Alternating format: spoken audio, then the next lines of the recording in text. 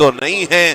آج فلسطینیوں کو ہم نے دیکھا 6 ماہ کے سال بھر کے بچوں کو سینے سے لگا کر کفن لپیٹ رہے ہیں۔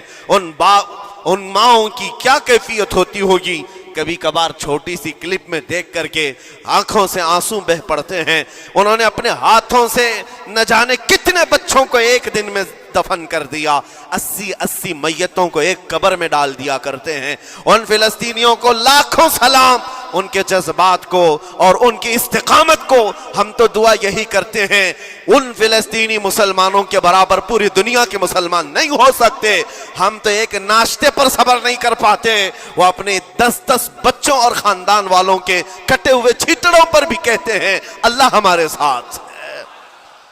ساری مصیبتیں دیکھ کر کے بھی وہ کہتے ہیں اللہ ہمارے ساتھ ہے۔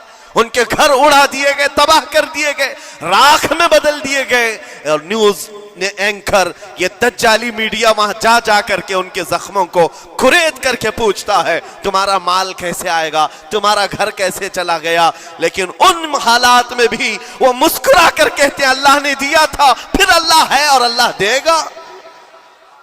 ان کے ایمان کے برابر ہم نہیں ہو سکتے، لیکن میرے عزیزو پوری دنیا کے مسلمانوں میں اس مسئلے نے آج ایک اتحاد کی فضا قائم کی ہے۔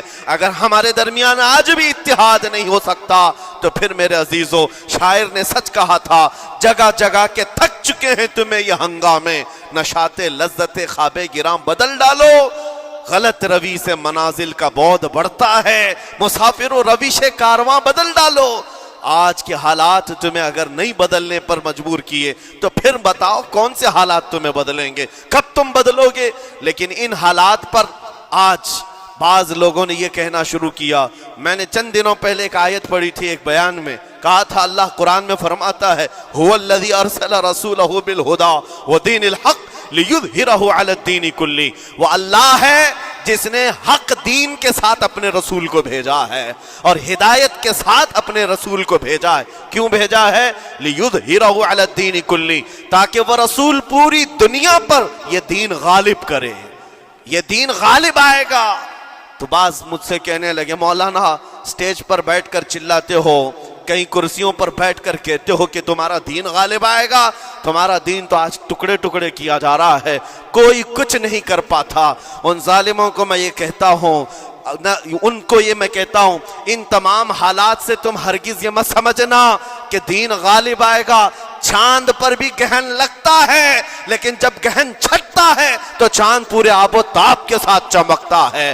آج اگر امت مصطفیٰ پر گہن لگا ہے تو میں اپنے ان تمام نوجوانوں سے جو ابھی ان فوان شباب میں داخل ہوئے ہیں، ابھی یہ دنیا کو دیکھنے کے قابل بنے ہیں، میں ان سے کہتا ہوں ان آندھیوں سے، ان طوفانوں سے گھبرا کر کے نہ تمہیں دین بدلنے کی ضرورت ہے، نہ تمہیں اپنا مسلک و مذہب بدلنے کی ضرورت ہے، بلکہ میں یہ کہتا ہوں نہ گھبراؤ مسلمانوں، ابھی خدا کی شان باقی ہے، ابھی اسلام زندہ ہے، قرآن باقی ہے۔ یہ ظالم کافر کیا سمجھتے ہیں جو روز ہم سے الجھتے ہیں؟ ابھی کربلا کا آخری میدان باقی ہے، ابھی تو کربلا کا آخری میدان باقی ہے۔ عزیزان گرامی وقار، میرے نبی کریم صلی اللہ تعالیٰ علیہ وسلم نے جو فرمایا وہ ہو کر رہے گا، وہ ہو کر رہے گا۔ میرے آقا صلی اللہ تعالیٰ علیہ وسلم کا فرمان عالی شان میں سناتا ہوں۔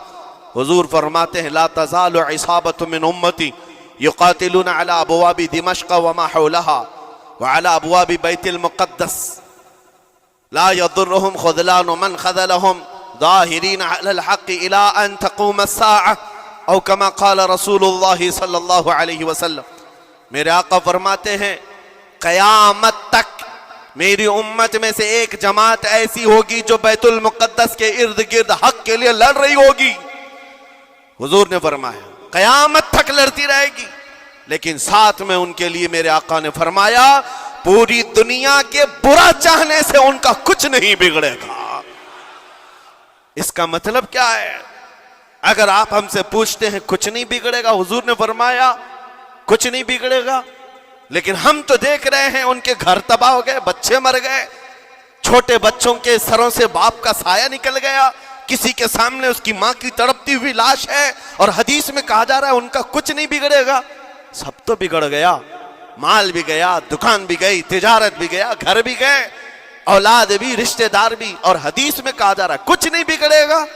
میرے عزیزو یاد رکھو، میرے آقا کا فرمان حق ہے، کچھ نہیں بگڑے گا کا مطلب کیا ہے؟ یہ تمام اسباب جانے کا مطلب یہ نہیں کہ بگڑ گیا، بگڑا تو اس کا ہے جس کا ایمان بگڑ گیا، ایمان جس کا گیا اس کا سب بگڑ گیا۔ اور ہم نے ان بچوں کو دیکھا ہے آج، ارے رات کو سوتے ہیں تو انہیں پتہ نہیں ہوتا صبح ہو